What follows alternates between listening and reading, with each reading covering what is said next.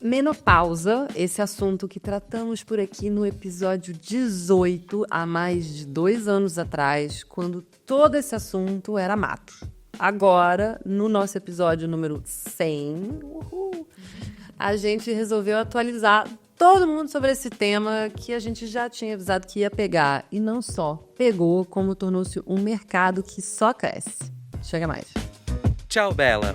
Seu podcast sobre tendência, comportamento e inovação nos mercados de beleza e bem-estar. Eu sou Vânia Góes, jornalista, especialista em beleza e bem-estar, junto com a Isa, minha parceira de bancada, especialista em tendências.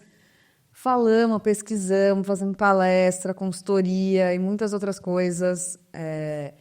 Mas sobre etarismo e mais especificamente sobre menopausa, a gente está falando demais desde 2018, né? E por isso a gente consegue falar com propriedade que esse mercado já mudou e muito nos últimos anos. Como bem definiu a matéria de janeiro de 2024 da Time Magazine, a menopausa está finalmente se tornando um assunto mainstream, ou seja, um assunto mais difuso e popular. Até pouco, a menopausa era totalmente tabu, né? As mulheres tinham vergonha de dizer que estavam passando por essa fase. Mas com tanto burburinho nas redes sociais, com tantas celebridades falando sem reservas, é natural que a indústria e também a medicina esteja se empenhando para ser um pouquinho mais inclusiva. 2024 também é marcado pelo lançamento do M Factor, o primeiro documentário de grande repercussão a tratar do assunto e para além das informações científicas e das entrevistas com especialistas, com depoimentos muito interessantes de mulheres que estão passando por essa fase e sintomas, ele é super valioso porque expõe, por exemplo, desigualdades sociais e raciais que inspiraram algo muito interessante. Ao longo do ano foram organizadas mais de 125 sessões comunitárias em diversos países diferentes, dos Estados Unidos até Singapura, criando um movimento de conscientização que deseja ser global. Também acho muito bom como ele fala sobre o impacto socioeconômico da menopausa, por ainda ser um assunto tabu e negligenciado nos sistemas de saúde pública e também de pesquisa médica, porque fala de bilhões de dólares que são perdidos quando a gente pensa em salários, em carreiras interrompidas, por causa um pouco desse caos emocional que algumas pessoas enfrentam quando entram nessa fase que é uma fase natural da vida, né?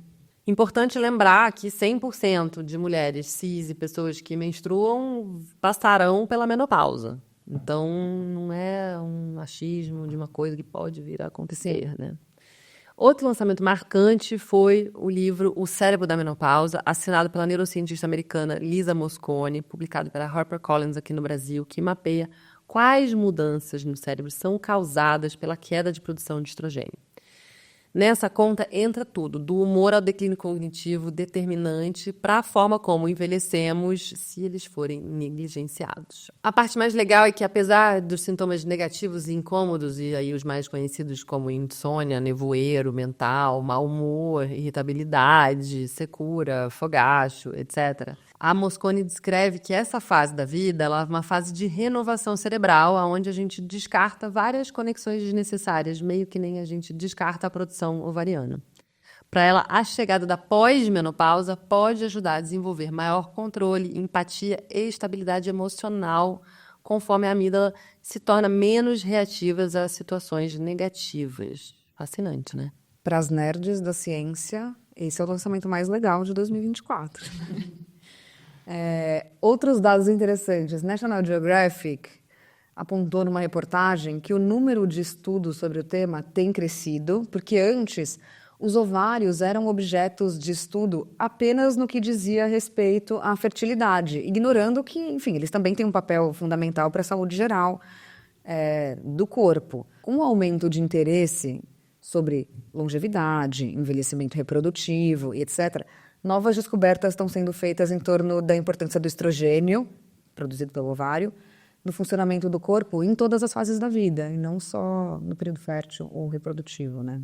E, além disso, uma das reflexões atuais é justamente a capacidade que a opinião pública tem de pressionar a formação médica para que médicos de diversas especialidades sejam capazes de estudar o assunto de maneira mais integral e assertiva, porque esbarra no funcionamento de vários outros órgãos e sistemas. E muita gente vai estar na menopausa, ou está na menopausa. Quando a gente olha para dados do IBGE, aqui no Brasil, 29 milhões de pessoas estão atravessando este momento.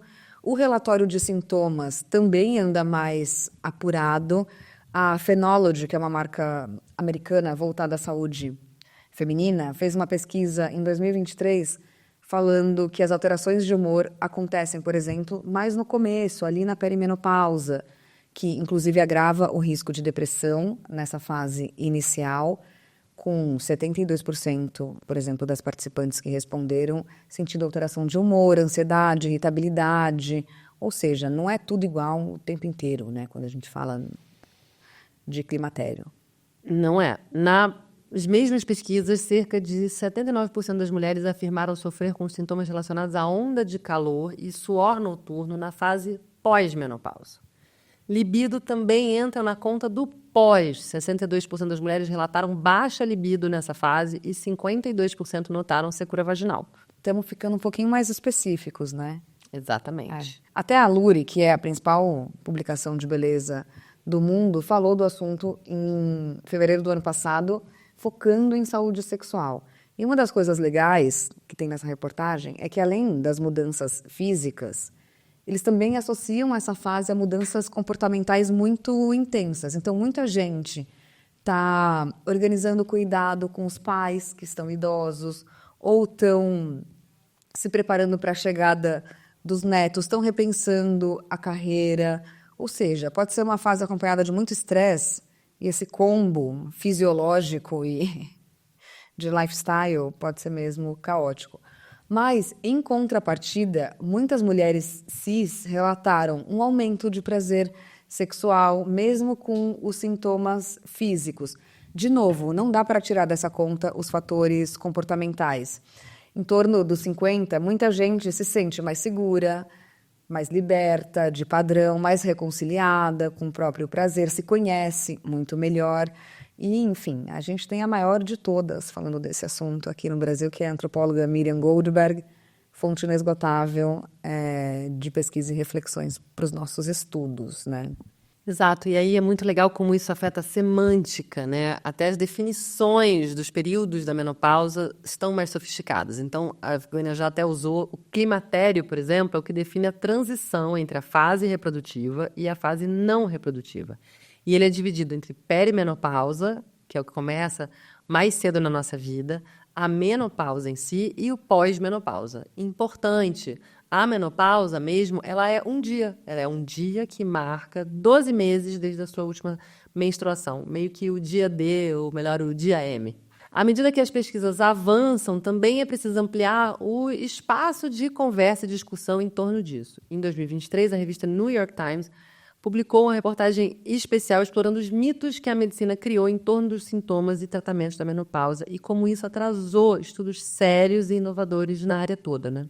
A gente tem um episódio só sobre isso, né? Mitos da saúde feminina, escutem. Mas eu também acho muito bom a gente olhar em relação ao episódio anterior. Por exemplo, pouca gente sabia o que era perimenopausa. Esse foi um dos dados que a gente disse há alguns anos. E hoje já, enfim, não resolvemos tudo, mas já muito mais disseminado, né? Todo mundo já... Celebridades falando sobre estarem na perimenopausa, né? Muito mais, e também muito mais produtos e medicamentos específicos para essa fase, né? A gente está aí agora na empreitada, eu acho, de ampliar a conversa no viés educativo mesmo, né? A gente viu, por exemplo, a Plena Pausa, que é uma fintech brasileira, anunciar em agosto do ano passado que ela está ampliando esse modelo de negócio com o lançamento de um pilar educativo e informativo para falar de cuidado, de tratamento nutricional, entre outras coisas. É por isso que essa sinergia entre especialidades médicas é tão importante quando a gente fala de menopausa. Eles vão ser meio o doutor consulta da menopausa com vídeo, enfim, instrumentos de avaliação, aula, e-book, etc. Além de um grupinho de WhatsApp, sempre é legal estar conectada com quem está passando pela mesma coisa, né, que você. Eu mesma posso falar que estou tendo um episódio de fogacho nesse momento, enquanto gravo esse episódio, porque eu estou na menopausa induzida, então eu estou nessa pós-menopausa que O Fogaça vem com tudo. Bom, no Belezinha vocês já falaram também sobre a Perry, não é? É uma femtech lançada como um livro e também uma comunidade online que fornece conteúdo médico simplificado, questionários interativos e até um podcast sobre a tal da perimenopausa que a Vânia estava falando. E não dá para deixar de falar da Womaness, que acho que foi a grande pioneira, uma marca de skincare e bodycare americana, que foi, acho que, a precursora na criação de produtos para pessoas a partir de 40 anos, enfrentando mudanças hormonais com preços acessíveis, porque eles são vendidos na rede Target americana, que é bastante popular, mas eles também têm esse foco de discussões online, não é mesmo? Pensar sobre esse pilar educativo é super importante, porque quando a gente olha para números, por exemplo, no Brasil, só 22% das mulheres cis buscam tratamento adequado para atravessar o climatério e a menopausa, segundo o Instituto de Longevidade. 22 é muito baixo, né? Frente ao número de sintomas incômodos. Ninguém está, basicamente. E muito disso por essa falta de informação, falta de acesso, são vários fatores, né? Não é uma questão só aqui, local. A gente pegou um estudo também da University College of London, Faculdade Britânica, de 2023, que mostrou que mais de 90% das mulheres na pós-menopausa nunca foram ensinadas sobre a menopausa na escola, mas acho que... Ficamos debatendo, alguém foi na escola, não falava nem em casa, quiçá na escola, né? Mas seria uma boa ideia, não é mesmo? Então, vamos pensar nisso aí, educadores e educadoras. Mais de 60% das mulheres só começaram a procurar informações sobre isso depois que os sintomas começaram a aparecer. No estudo também descobriram que 50%, então metade das participantes, não se sentiam informadas sobre a menopausa e quase 60% disseram que obtiveram suas informações de outras fontes que não profissionais de saúde, o que sempre dá um medinho. Claro que a gente quer que todo mundo ouça falar de menopausa em casa e que seja muito bem atendido num sistema de saúde público por um médico, mas não dá para negar o papel fundamental que a cultura pop tem nesse assunto. No primeiro episódio que a gente fez lá atrás, tem uma lista de celebridades que se posicionaram e falando como atravessaram essa fase. Esse número aumentou, então a gente tem Fernanda Lima, Luana Piovani, Adriane Galisteu, falando sobre o sintoma, o pré, o pós, enfim. Eu acho muito interessante também observar como, quando a gente pensa no estereótipo do que é uma mulher cis atravessando a menopausa, geralmente ela não seria desejável, sexy, como os nomes que a gente mencionou, que, claro, são absolutamente padrão estético, mas também ajuda a combater um pouco essa caricatura do que é uma mulher mais velha na menopausa, né?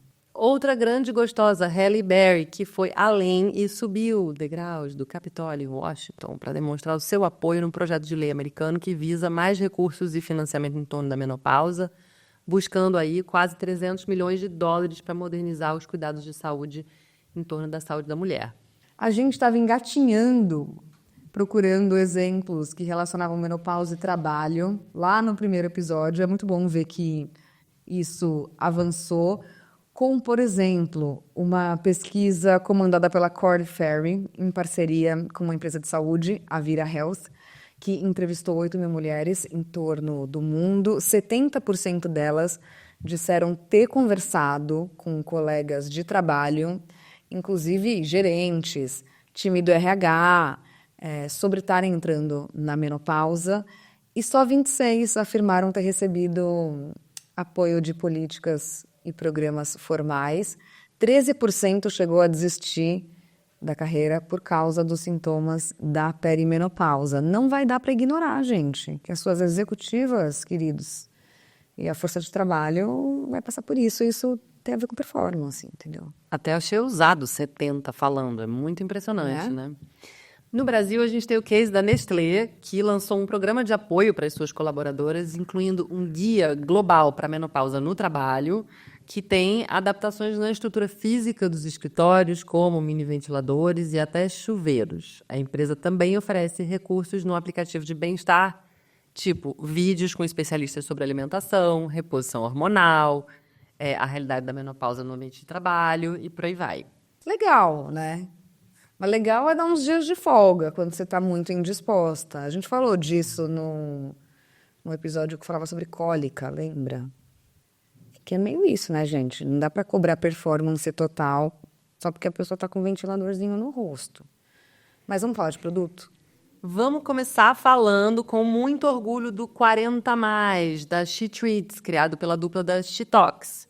E a gente teve um prazer imenso de participar no desenvolvimento desse produto. Lá no comecinho, deu até spoiler no nosso episódio de menopausa e de suplementos, porque ele é um suplemento que combina nutrientes, antioxidantes e minerais escolhidos a dedo, com uma super consultoria técnica para trazer mais energia, mais disposição, e é só o primeiro. Sim, também fiquei muito feliz quando vi Silvia Ruiz, jornalista precursora em falar sobre longevidade e também sobre menopausa. Aqui no Brasil, ela lançou a Re-Age, agorinha.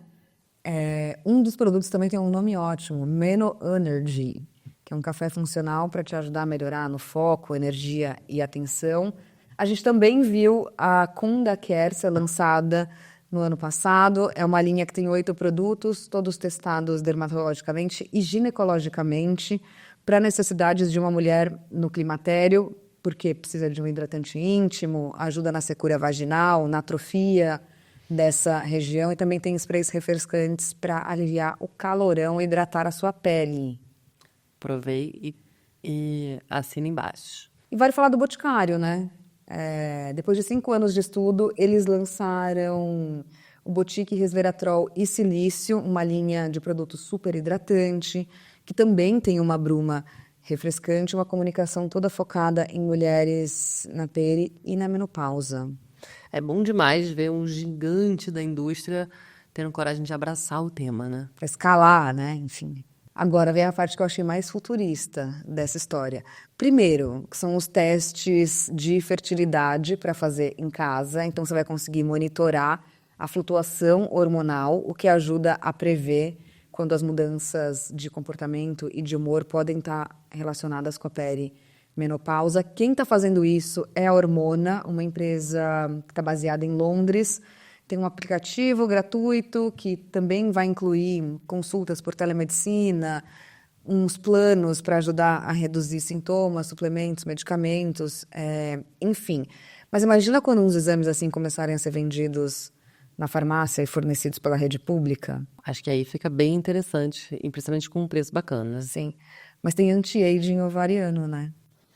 Pois é, vamos tentar explicar isso aqui para fechar, porque a gente gosta de fechar os episódios com as loucurinhas futuristas, que é, de forma muito leiga, muito geral aqui, o processo de envelhecimento do corpo afeta os ovários como, né? O tecido ovariano fica mais rígido, que dificulta o crescimento dos folículos e então afeta diretamente na produção de estrogênio.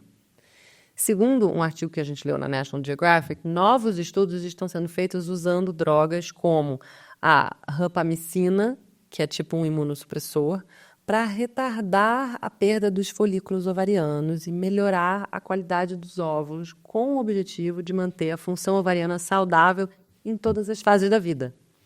Isso a gente, inclusive, viu na Super Interessante em julho de 2024. Ou seja, talvez não seja tão necessário a gente congelar óvulos daqui no futuro. Mas o que eu acho mais legal dessa matéria é pensar não só sobre a perspectiva da produção ovariana como fertilidade.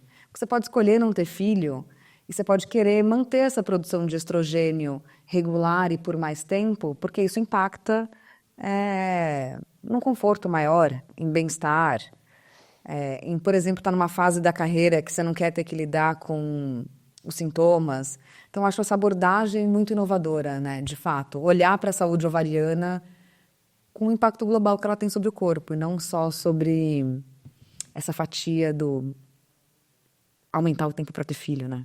Sim, acho que vale tudo nesse lugar de inovação, contanto que traga conforto, segurança e saúde. Sim. Bom, Tchau Bela, número 100, idealizado por mim e pela Isa Deson. Eu sou jornalista, pesquisadora de tendências, especialista em beleza e bem-estar, fundadora do Belezinha. Isa, pesquisadora de tendências, fundadora da Deson, minha dupla há mais de 10 anos, 100 episódios.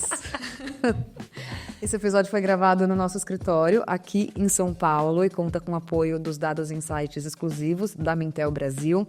Quem faz a pesquisa é a Larissa Nara, o Felipe Stoffa e a Hanna Dourado. O roteiro é escrito pela Katrina Carta Kovarik.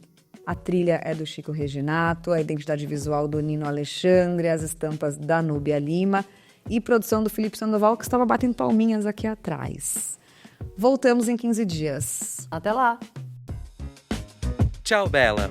Seu podcast sobre tendência, comportamento e inovação nos mercados de beleza e bem-estar.